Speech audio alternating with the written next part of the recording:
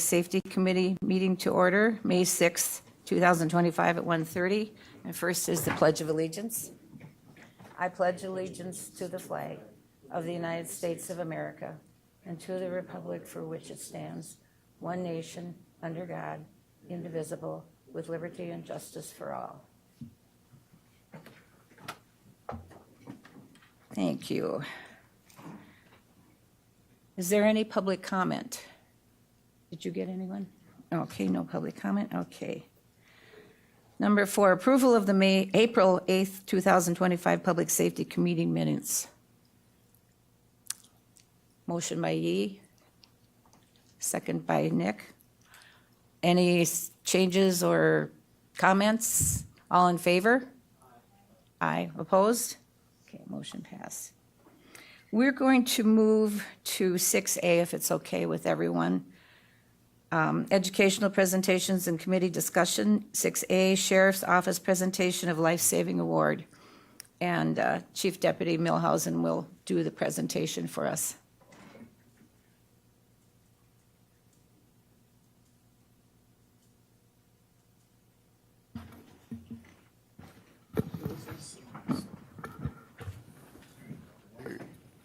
So this is Deputy Kyle McMullen. Kyle's been with our office for a little over 5 years now.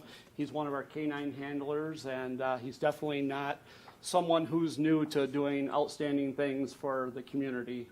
He's been recognized before for several different awards, and once again, he proved his skill level and his commitment to the community.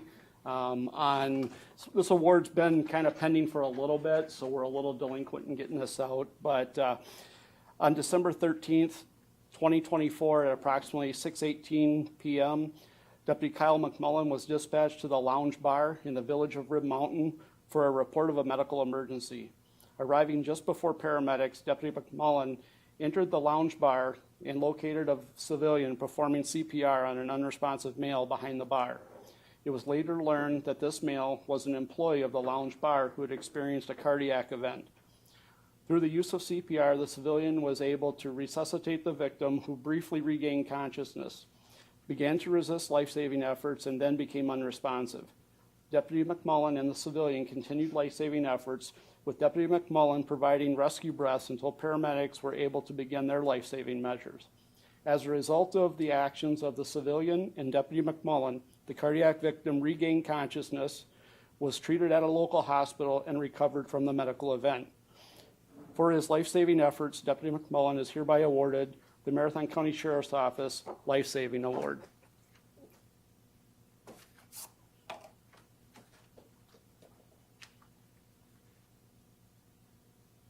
I'd like to give you the bar for your collar, and then also the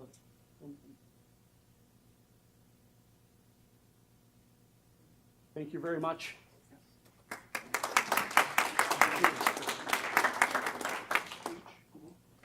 Speech.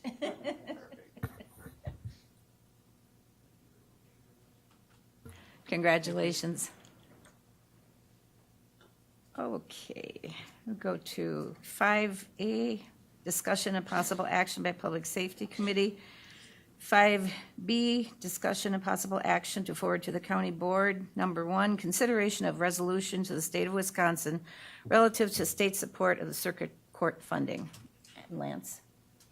Actually, Madam Chair, if we can jump to B, we have Jess here on the medical examiner stuff. Perhaps we could We go there. sure can. Reorganization of the medical examiner's office. We've been waiting a long time for Yeah. this. Yay. So Jess will take the presentation up at the front. But as the chair referenced, this has been a long time coming. So the county board directed myself and Jess to continue our work relative to implementation of the Regional Forensic Science Office, Science Center, I should say. Jess will give you a little rundown kind of as quickly of the progress that we made. But essentially, one of the things we need to move forward with is a reorganization of that office. So when we make that transition to a physician-led office, a number of positions, the majority of positions essentially need to change.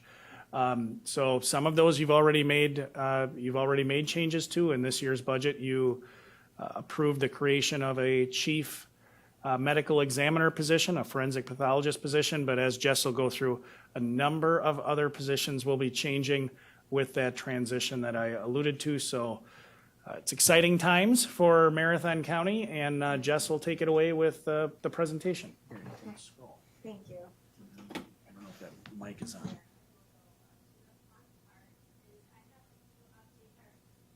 Thank you.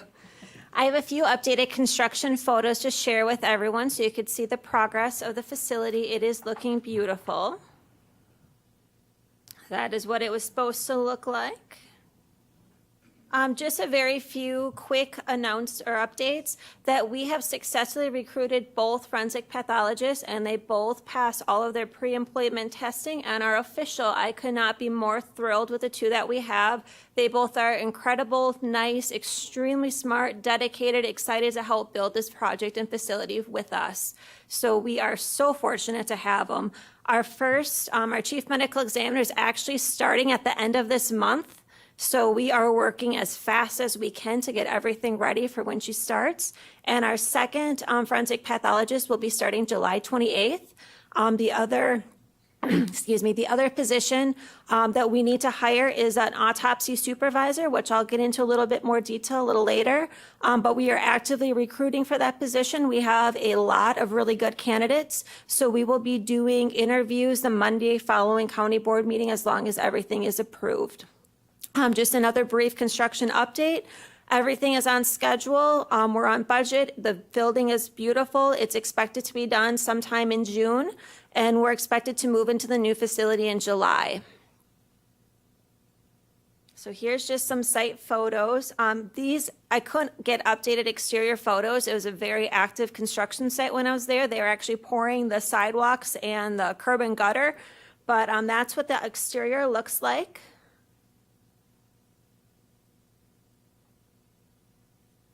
That is our Sally Port area. That's our back of the building. This is a front entrance area. So this is our public space that has a conference room off of it, a bathroom, and then our family grief room. That is our conference room. Here is our open office area.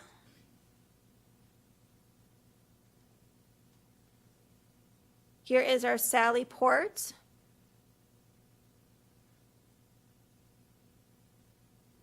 This is our body intake area. So if counties or we're bringing a body in, the body is going to come into this area. There'll be a computer where we can check them in. That office you see is for the autopsy technicians. We have an in-floor scale, and then the cooler is right on the other side of the doors.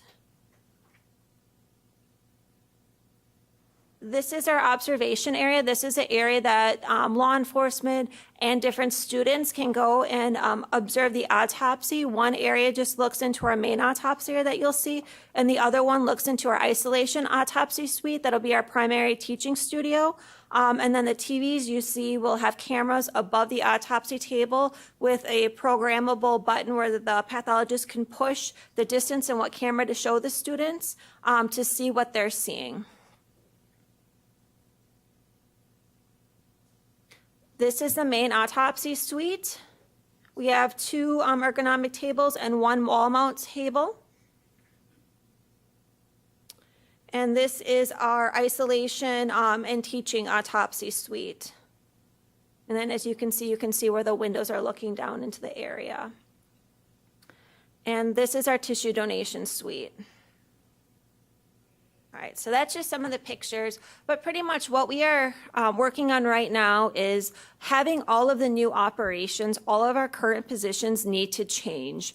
So we would be changing titles of all of our current staff. The position is not changing much. A few of the job responsibilities are changing, but the pay grades remain the same. For example, me as a medical examiner, I will no longer be your medical examiner. I will be the new director of operations. My current chief deputy medical examiner will become the investigation manager, and all my deputy medical examiners will become death investigators.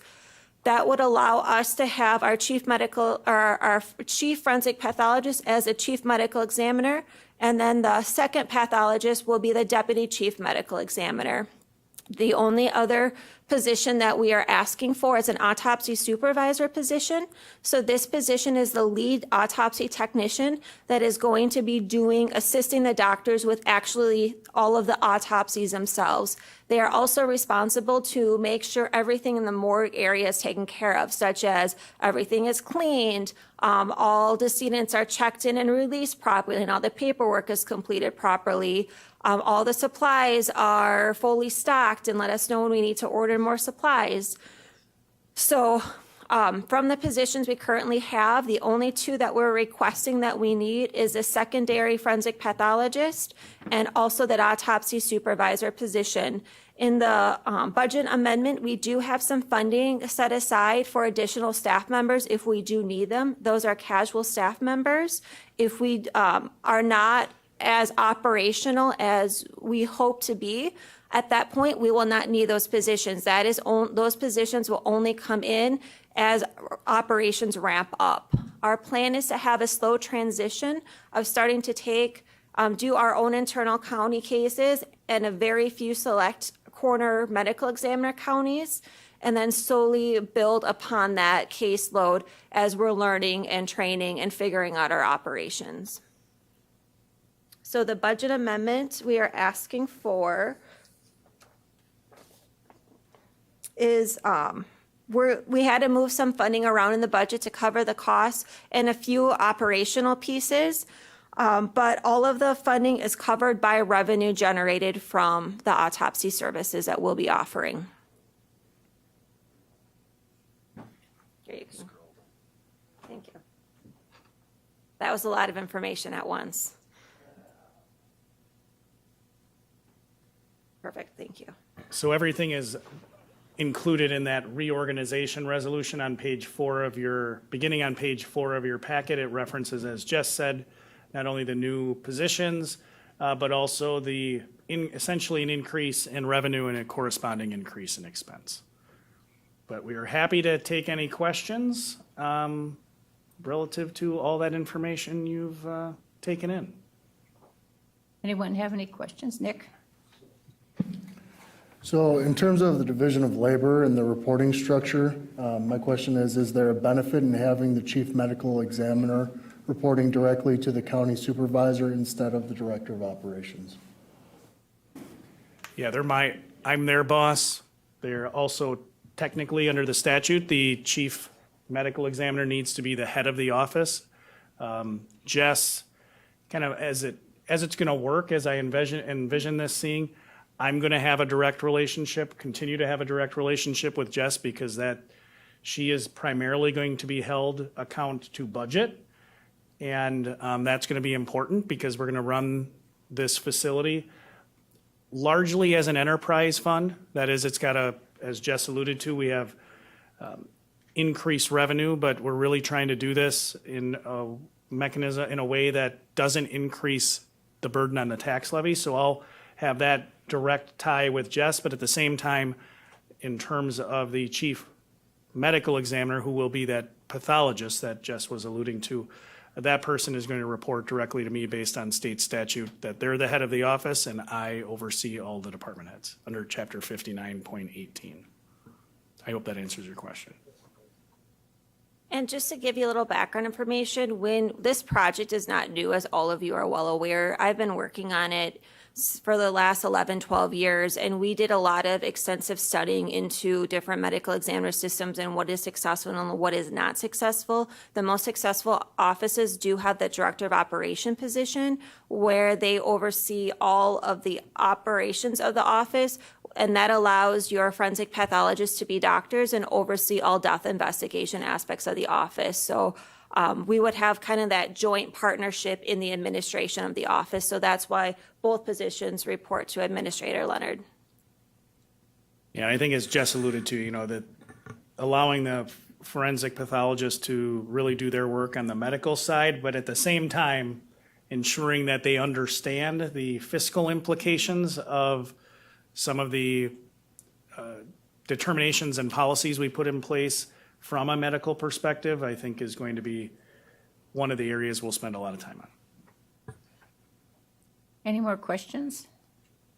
Deb? Just one.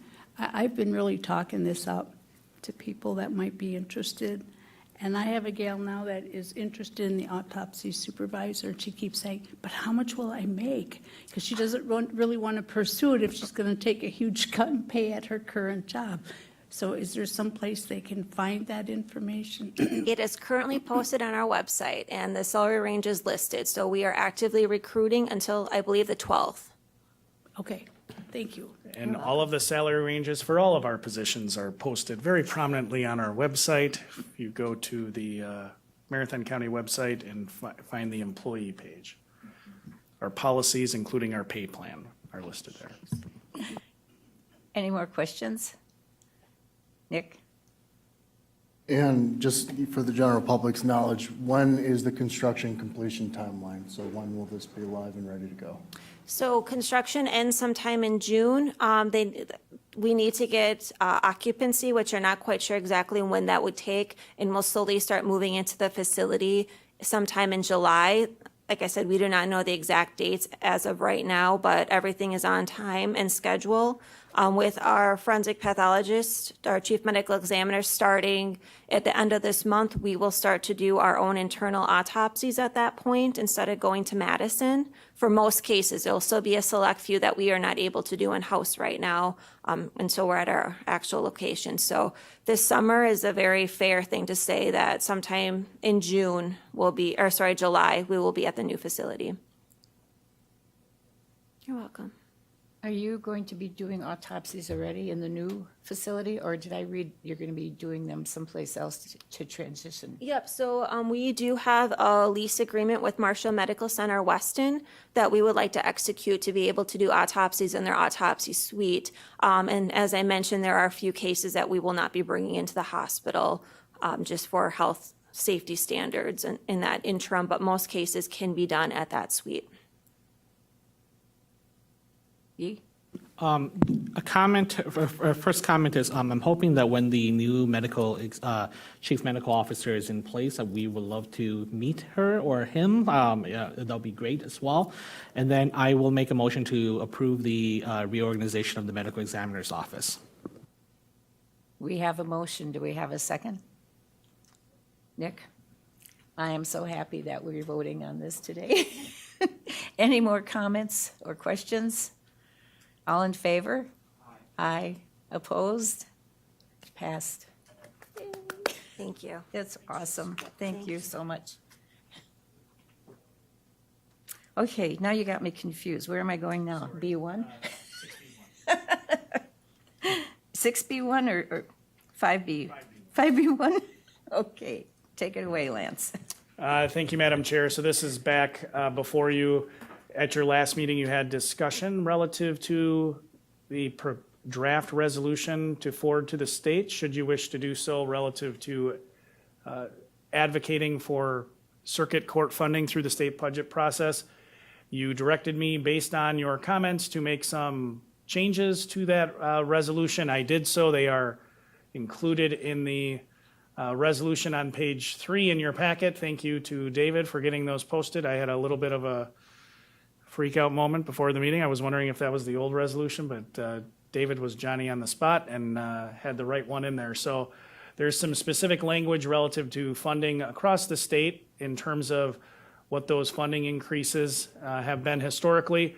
It also calls for, again, through the state budget process, to prioritize not only what I'll call the direct fiscal impact of more of a partnership with the individual counties in the funding of courts by seeking an increase in base funding for circuit court cost appropriations, but also the last paragraph of the proposed resolution calls upon members of the legislature to ensure that there is more sharing of revenues between the county and the counties and the state as those revenues are collected through the counties for things such as court security, guardian ad litem, and attorney appointments and interpreters.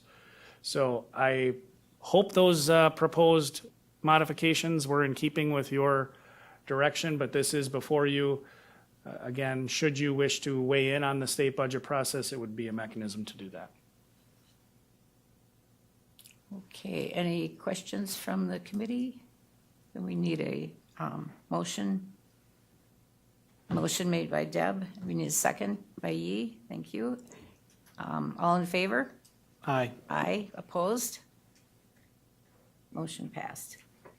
Okay, 5B3, is that you too? Sheriff, lieutenants, county pay Yes. scale? Absolutely. Thank you, Okay. Madam Chair. So a very brief update, but there is a resolution in your packet as well. This was a directive from the board at the end of last year to work with the sheriff's office, administration work with the sheriff's office to transition sheriff's lieutenants who are under the kind of the state's definition of what positions would constitute supervisory positions are such, to transition those lieutenants to the county's pay scale and employment benefit plan. Historically, the county had adopted a resolution, which was termed an ordinance, but a resolution every either 2 or 3 years, depending on what the resolution was with respect to the deputies' negotiated contract. Again, the county had a process of doing a very similar thing with respect to lieutenants. The direction to administration was, let's make that transition of those supervisory employees to the county pay scale and employment benefit plan. Consistent with that direction, have been meeting over the last several months. This took longer than I think we originally anticipated, and that was largely a function of my calendar, so for that I apologize. But worked with not only the lieutenants, but also had numerous meetings with sheriff's office management staff, and essentially we are in a position where I am able to request that, consistent with your direction, you are able to rescind the still existing resolution that was adopted in 2024. So we have resolved those outstanding issues and what would be that transition. I will say some of that still needs to be worked out in our various systems, our IntelliTime time reporting system and Workday, to make sure we get all that programming handled. But at least from a policy perspective, we have identified what that future state would look like. So the resolution is in your packet. Thank you to Mike for drafting that. But it's kind of a quick overview as to where we are. Any questions from the committee? I should also say that this is going to HR Finance tomorrow. Nick? So will this resolution help our county to retain and attract strong leaders in the Marathon County Sheriff's Department?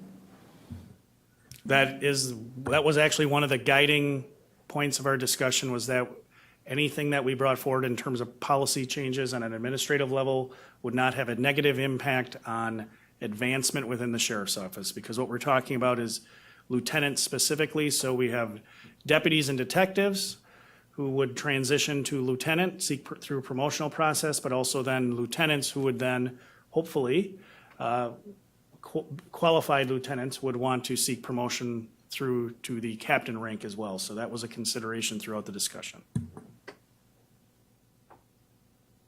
So do we have to pass this as a resolution or move it on to HR Finance? I'll let Corp Counsel weigh in. You can do either.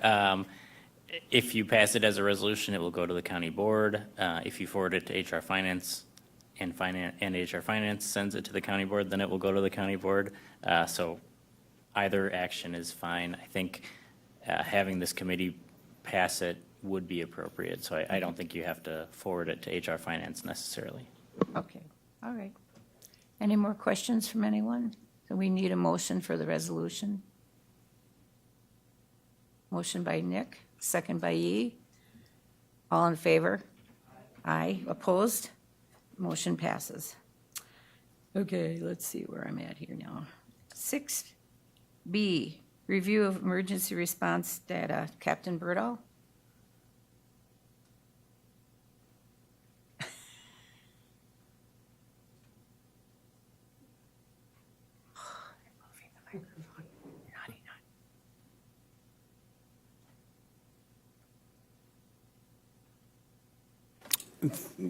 Thank you, Chair. I guess as it relates to the emergency response data that we have at the sheriff's office, the question for you folks is what exact questions that you might have. Know that the response data in our system it's not like you can just pull the information out of the system. It does have to be looked at on a case-by-case scenario to verify that your times and stuff are accurate.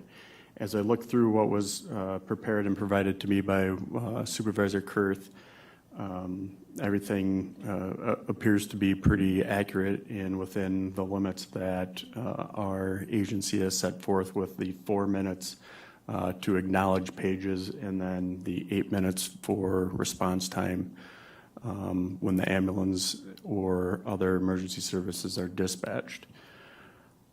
That's what I have at this time. Are there questions as it relates to anything specifically by department or as a whole? Does anyone have any questions? Yee? I guess my question is for Madam Chair. Is the purpose of this discussion here to see if we're in alignment with our strategic plan? Okay, I guess, so then I guess my question would be, have we seen a decrease in response time response time? I mean, I did my own little research by reaching out to other police departments in the local area here, not just the sheriff's department specifically, but they have expressed that they haven't seen a decrease. As a matter of fact, there's been increase because of the amount of calls that has been coming in as well. So I guess I would be interested in hearing a little bit more as well. Yeah, this data that I have is only for EMS. I don't show any data or haven't prepared any data for response times as it relates to law enforcement. I can speak to the data on EMS as it's been pretty stable for the last several years. Once again, we're capturing this information in CAD, and depending on how the information is dispatched out, received, and responses by our EMS partners, it may fluctuate the times a little bit. But once again, this is all EMS data that I have. Just a follow-up, can you point to a specific policy that the county board has passed that potentially have benefited, keeping it stable, or is there anything that you can point to specifically that the county board has done?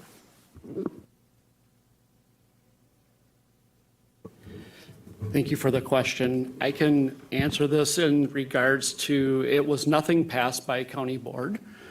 This was a policy decision by what once was called the 911 Commission, which has been dissolved probably about 4 years ago. That commission was dissolved. It was put in place, I believe, back when Captain Dave Mason was running it. But anyhow, they were kind of a policy driven when the volunteer fire departments had a separate entity as well. And then they joined together and became the MABUS 130. And the MABUS 130 is a consortium of all of the emergency response units, fire, EMS in Marathon County. And they went to that model and combined those. So when they did that, they became kind of their own governing body, and we agreed to be a partner, and we would come to their meetings or meet with their executive team and take in consideration for policy changes or procedure changes with how we dispatched, or if we were having issues or concerns, we would address that with their executive board. That's the operation that we've been under probably for about the last 4 or 5 years. But I cannot point to any actual action that the board has ever taken to dictate any of our paging timelines or response times. If I can add one thing, I think Bill, the chief deputy, did a very nice job of talking about what operational changes they've made to, as Captain Burdall referenced, kind of streamline the process where, to make sure that if we didn't receive a response to the page, right, we moved more quickly to dispatch a secondary responding EMS unit. I will say, to the specific question about what has the county board done, as part of your 2020 budget, you did fund additional dispatcher positions, which, if you think back, for those of you that have been on the board for a while, that was a long-standing request from the sheriff's office to increase the number of communication specialists in dispatch. Those 2 positions were added in 2019, and 2 additional positions were to be added in 2020 for a total of 4. 6. See, Bill's even correcting me now, there was more. So to your point, Vice Chair Zhang, about the increased number of calls, that was the longstanding request to the sheriff's office based on the increase that they had seen over, again, this is well prior to 2020, the increased number of calls, there were additional staffing needs in the sheriff's office. And I don't know, Bill, you will clearly have better data than I do on my recollection of that, but Yeah, the original staffing study was done in 2007, and at that time, it showed that we were 12 dispatchers short. Another study was done in 2017, and that one showed that we had even a bigger need. But then by doing a couple of things, if many of you were around, but we created another radio channel, the Metro radio channel. That was one of the ideas, to kind of split up some of the responsibilities of dispatchers when we got the 6 additional dispatchers. Having 6 gives us an opportunity to have 24-hour coverage with our rotations, so that we weren't just filling a gap during a certain number of hours a day. So we did, finally, it took us about a year and a half to fill a year and a half to 2 years to fill all those 6 positions, but I'm happy to say that we did accomplish that. We did get the radio channel to open, and to Administrator Leonard's comment that was directly in relation to the call volume that has increased in that basically 12, 13 years from when the first study was done. the other thing I'll add is I know this might not surprise many people, but it certainly surprised me when I came into county administration, the complexity and I'll say fiscal investment that the county has in its radio tower and dispatching systems. You've done a lot in terms of continue that investment, which I can say I have a lot of other interactions with other counties where they haven't put forward the same level of investment in their systems. You also have, this is more of a protectant or a protective measure. We have created a redundant dispatch center in the event that our current dispatch center is compromised. We've put in place with funding from the county board and certainly a lot of work on the sheriff's office and IT side. We've allowed for dispatching, I believe Langlade County is that right, our backup?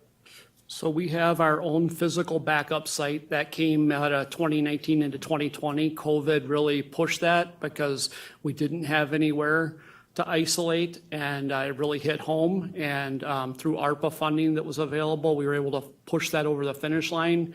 That's out at our juvenile detention center. That's our physical backup. And then we also have I'll call it a virtual backup, if you will, between us and Langlade County. So we can each dispatch for one another if the need arises. I have a question. Have we had much of a turnover? Are we retaining more of our dispatchers now?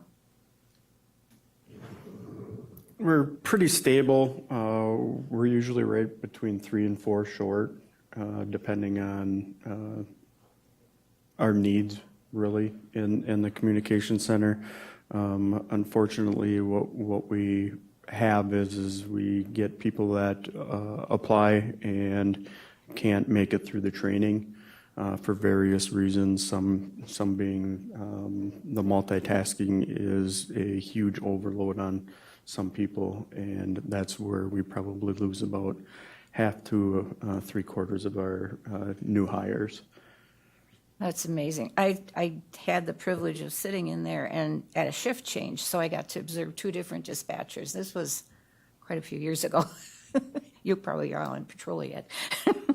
But it was interesting to see the different techniques, but the multitasking, I imagine it's even worse now than it was then, but it was fascinating to watch these people work, and I have a lot of respect for their talent. So congratulations on having good staffing. Deb? I have a question. Did you say 8 minutes response time? Yes, I'll give you how it's dispatched out. When we receive a call, medical in nature, what happens is our dispatcher dispatches the unit. So they send out the tones, and the agency is advised of the call. From that time to 4 minutes, they have to respond to us via the radio that they acknowledged or they copied the page. Once that page is acknowledged, they've got another 4 minutes to be en route. So from the time of call to the time that the agency should be en route is 8 minutes. Now, if they do not answer or acknowledge that page in 4, we automatically get a different mutual aid agency going so that we're not losing an additional 4 minutes. Does that make sense? When I first took over in dispatch, it was very common. It was 8 minutes was the hard rule. So everybody got 8 minutes. And so the first page, you would get 8 minutes to go en route.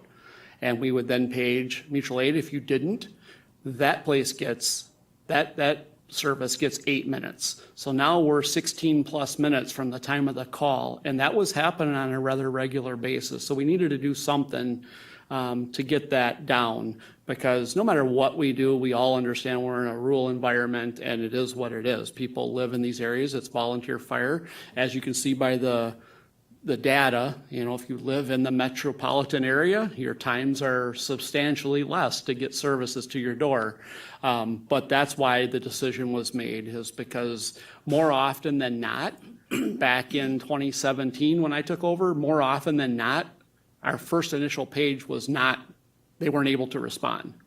So it didn't make any sense for me to just wait the 4 extra minutes to get no response. So that's how it came about. And at that time, the 911 Commission agreed, and that's why we went to the 4 and 8. Okay, and I know they've been doing a lot of work on the internet as far as putting more fiber optic cables down throughout the county. Are you noticing a big change or better speed and losing less calls and whatever from the new stuff, or hasn't it really made a big difference? Are you referring to like the calls that come into the dispatch center? I think it's about the same. I can tell you that the majority of calls that are coming in are cellular calls. Right. So a lot of those are coming off of towers. There's not much, I shouldn't say there's not much out there for landlines, because there still are. It's just that the majority of our calls are coming in on cellular devices.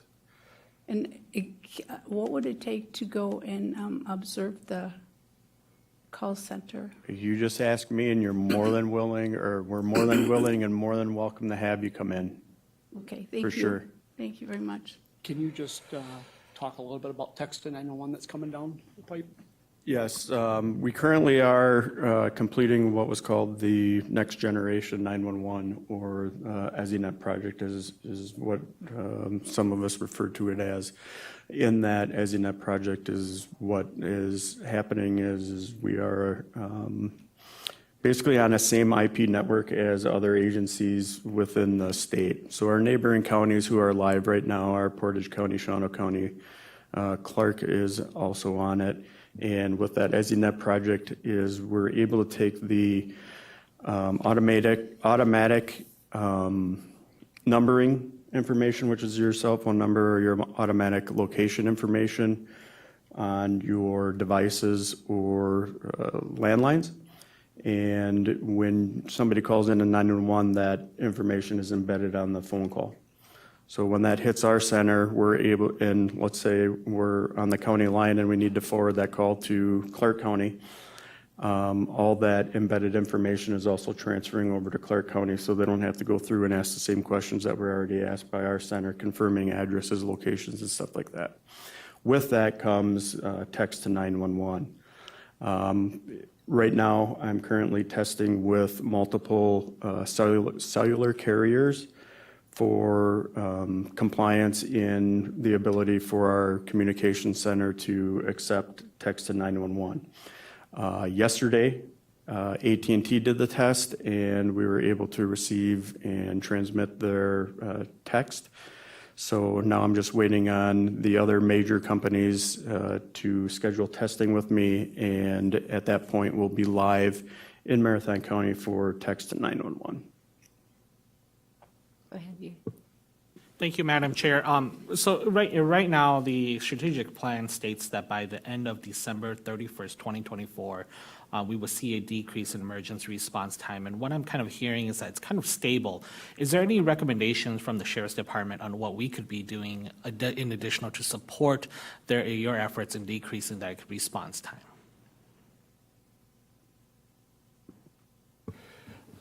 The premise behind that whole strategic plan being put in there, or that language, my understanding, is about 2 or 3 years ago, once again, the idea of countywide EMS came up. And that's where everything was derived from, was whether or not that was something that the board wanted to pursue. We got involved with the UW with a study. We spoke to some people who are currently doing it in the state to see what it looks like and challenges. And quite honestly, I don't know where the board wants to go with that. I think they were just looking for some initial information.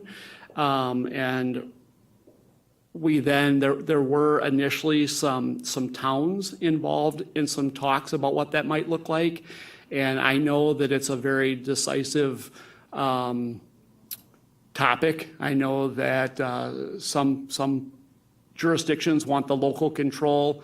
I know if you just simply look at statistical data, the response times are better when you have countywide dedicated EMS service. But that's not something for me to determine. That's something that the board has to give some direction to myself, Administrator Leonard, as to, and then ultimately there's some budgeting and tax levy concerns around that I guess I don't know the ins and outs of that. I think Administrator Leonard may know a little bit more to that. So there's a lot of implications. That was where this all got put into the strategic plan, if I remember correctly. If I may, Madam Chair. I think that's fairly accurate. I mean, the idea of, should the county get involved in the actual delivery of countywide emergency medical service response has been, as Bill referenced, kind of a topic of conversation on interval for probably more than I would assume even more than a decade, but certainly the entire time that I've been in administration, first as the deputy and now as your administrator.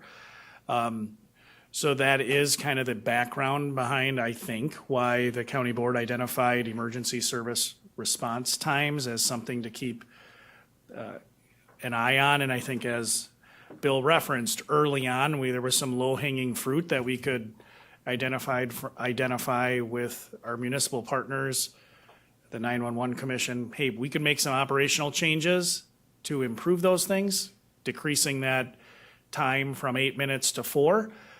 But if there is really a desire to move into a more direct role in the delivery of EMS service, I will just say, like Bill said, there are a number of counties around the state that do it. They all kind of do it a little differently as well.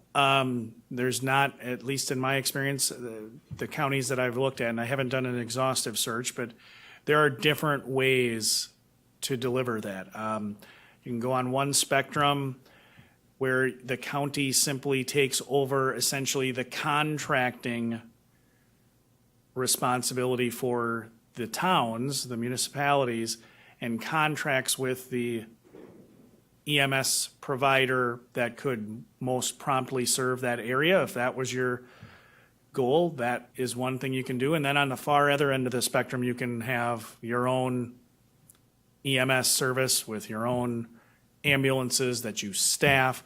And then somewhere in the middle, you can contract with our counties. Not aware of any, I do know there are some in the state that I believe contract with hospitals or ambulance services to deliver that service. As Bill referenced, the fiscal side of that is there's a specific levy exception in the statute that allows counties, should you take on that responsibility, you do have the ability to increase your operating levy by the cost to deliver that service. So the state does provide you, the legislature does provide you with the fiscal flexibility to be able to take that on. That said, it's more than just a money issue, as Bill referenced. There is, in my experience, that each municipality views it differently, right? The investment that you've seen in certain incorporated municipalities that have full-time, 24/7 professional fire and ambulance services might view that differently than a volunteer municipality. Because again, the statute does not allow for counties to take on fire response. It's simply limited to emergency medical services. And so you have municipalities and fire districts, for example, that do both, that have come to rely upon the revenue, perhaps for one to help in the other. I don't know that business very well at all, but it's a very complex issue. The county has done a lot, as we've alluded to, and I left off one other big policy directive that the county board undertook about 10 years ago, and that was uniform addressing. You completely authorized staff to move forward with readdressing all of the unincorporated areas of the county to the policy directive you gave is to get the right service to the right person at the right location at the right time. So you've done a lot. If the county board wants to evaluate what it might look like to take on the emergency medical service, that's a big undertaking, and we'd have to talk about what that would be like. Again, that's been kind of batted around as a potential work plan item for administration for a great many years, but quite honestly, I haven't heard the same force behind those conversations as I did a couple of years ago. To answer your question, Supervisor Zhang, is that I don't know of anything for the sheriff's office that you could do that would in turn help us to lower the response times. I guess right now, when we need the additional resources, the latest equipment, things like that, the board has been very good in getting us what we need. Some of it, yes, we're required to be compliant, but other options of funding additional dispatchers and things like that, you guys have been very good to us. I'll just add on the side of countywide EMS, when this comes up is when it becomes something personal to somebody. When there's a situation where a township contracts for an ambulance service that's further away than one that may be closer, but it's cheaper. And then somebody has a family member who's in need, and there's an extended response time and ends in a tragic result. That's usually when it becomes a topic. And they're calling us wanting to know why we do not dispatch the closest ambulance or the most prepared to respond to that. We have to do our response based on contracts that each municipality has. So that's usually where it comes up. And to Administrator Leonard's point, we've not had that come up in a couple of years. So I think that's probably why it kind of lost a little bit of steam. Willing to do whatever you guys would like. Thank you. Any more questions or comments from anyone? Okay, then we're going to move on to jail staffing and out-of-county housing, and our new jail administrator, Lucas Volden, is here to talk to us today. Good afternoon, thank you. So I guess I'll start by rewinding back for a few months ago when our staffing was probably at our most critical point. Our facility has 279 beds as a max capacity. A few months ago, we were limiting our in-house numbers to approximately 180 inmates. Several things went into that decision, mostly staffing and overtime needs, and being able to safely operate the facility. Over the last few months, we've worked with our surrounding counties and made new relationships with Waupaca County as far as contracting bed space elsewhere. To give it some context, a few months ago, we were using Lincoln County, Taylor County, Barron County, which is quite far away, and Marquette County. Logistically, that creates a lot of obstacles for our transport division, getting people to and from their court appearances here in Marathon County, all sorts of things. So currently, we have narrowed our usage down to Taylor County and Waupaca County. Waupaca County is still a fair distance away, but the good thing about that new relationship is it's much more cost effective. For context, I guess I'll say that when we were using Lincoln County, they were charging us, $18 more per inmate per day than Waupaca County has offered us. So that, over the course of a year, is going to save us quite a bit of money.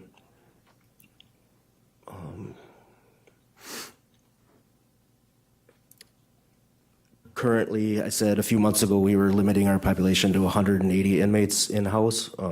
We are now, as of today, 223 inmates in-house. So that furthers the cost savings of being able to manage more of our population.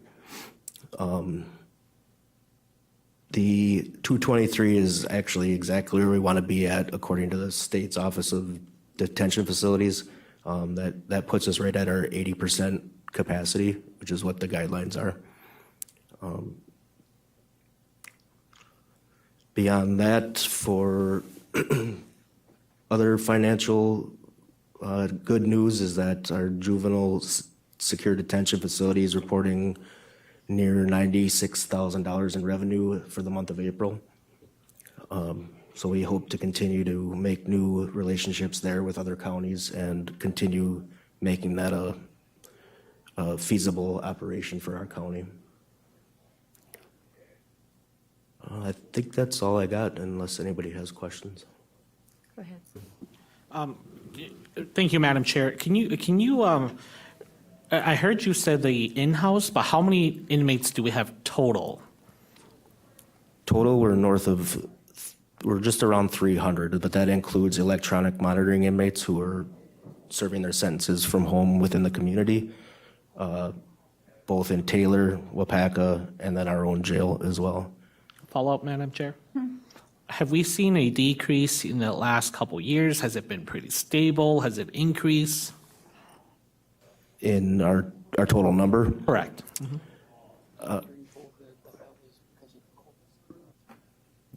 So dating back to COVID, we were down quite significantly. There was limitations, we operated under a lot of guidance from the CDC and the health department.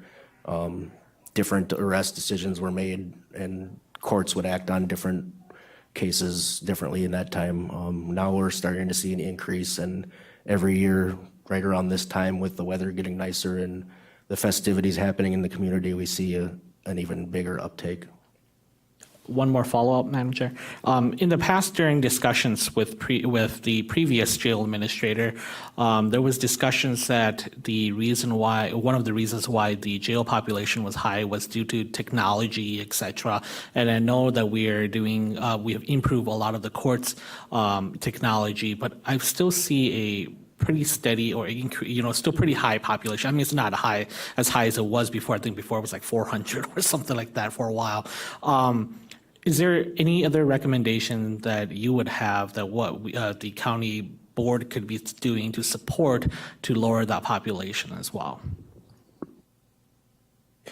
So one of the big things we've looked at and continue to look at is how long it takes an individual to process through the court system. There's a variety of factors. A big topic of discussion right now is competency.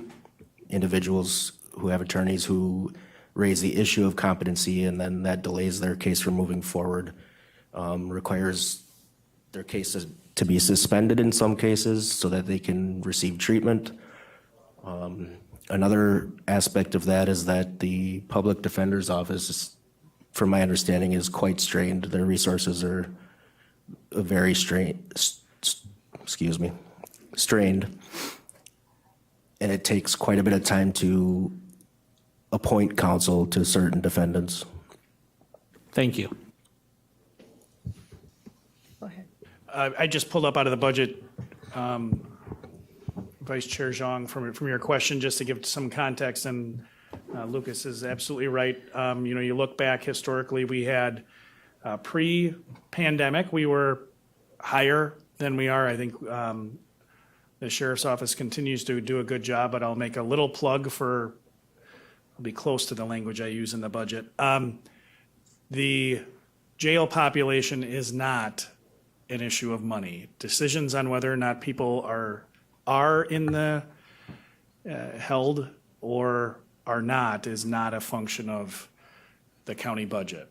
It can be a function of money if they can post their bond, but it's not a function of the county budget. Those are decisions that are made, as Lucas referenced, in the courts. There are some things, and I think Lucas hit a number of them, that can impact more so the length of someone's stay than perhaps whether or not they're held initially. The competency piece really impacts both of those things ultimately if competency is challenged. But to the extent we can continue to work to make the justice process more seamless, I think is good. Going back to one of the earlier items on your agenda, a lot of the things Lucas referenced are state mandates, right? The state is responsible for funding the State Public Defender's Office. The same thing can be said for prosecutors.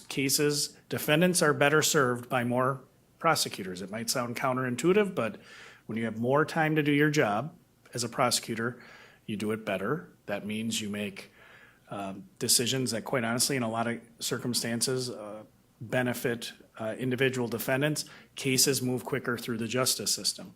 So the court funding resolution you referenced to say, hey, state, make sure you're upholding your end of the partnership, not just from a fiscal perspective with the counties to fund our clerk of courts, but also to fund those things like the prosecutor's offices, victim witness positions, state public defender positions, but then also help us when we do have to appoint counsel outside of, if the state public defender's office has a conflict, they turn to private attorneys to take those cases.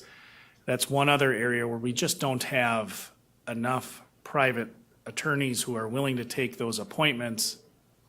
I suspect in large part because the state reimbursement rate for that work is less than they might otherwise be able to charge for their services. So there's a lot of pieces that are outside of the direct control of the sheriff's office. But just for context, I pulled up the last year's budget, and you can see we've kind of been around that. If you really look pre-pandemic, you certainly are above that 300 number that Lucas was referencing. But we do continue to have those discussions. There's certainly no shortage of opportunity with respect to the things we can do to make the justice system better. Bill, you've got something? Yes, if you don't mind, Madam Chair. I just wanted to bring up and give some recognition to Administrator Volden, Jail Administrator Volden, for his due diligence since he's been in his position. Just to put it into perspective, that cost savings for the 40 beds from what we were paying to what we are now paying in Wapaka comes out to about $262,000 a year. When you say $18, it doesn't sound like much, but we're contracting for 40 beds a day down there. It's a lot of money. And then also, he's definitely been a negotiator when it comes to our service contract with our vendors for things such as food, medical, and things like that. And he's certainly been able to counter their increases to a benefit to the county. So it's been very, very nice to see. Thank you. Any more comments or questions from the committee? Go ahead, Nick. So I appreciate the comment regarding the state mandates. My question is, what, if any, federal funding is being provided? My question pertains to the supremacy clause and even White versus Texas, and I don't want to get into the, too off the rails in terms of daily operational needs. I'm just asking in terms of limited resources with respect to open positions and ways we can help offset operating costs while simultaneously allowing for our service providers to provide those services. There's very limited federal dollars that come into the jail. Yeah, the only federal funding that we're getting right now would be by way of the opioid settlement dollars, which went to the state, and then in turn, we have received a grant from those that were issued to the state. I'm not familiar with any other, what's that? Oh, SCAP? But that's, yeah, and that's really low, maybe like 20 grand.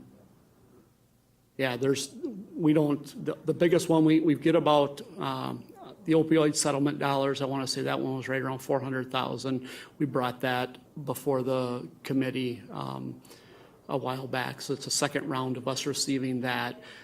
There again, that's kind of a two-pronged deal because in a roundabout way, it's a requirement because there has been successful litigation under the 14th Amendment for not providing those services to inmates.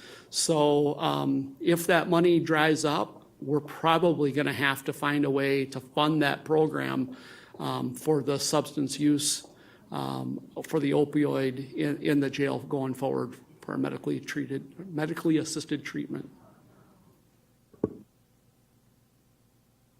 Thank you. Anything else?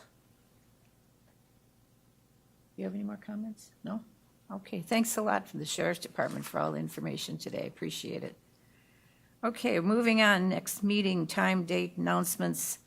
Committee members are asked to bring some ideas for future discussion. Our next meeting is Tuesday, June 10th, 2025 at 1:30 here.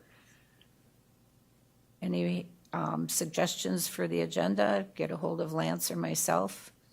So we need number 8. If you want to go home.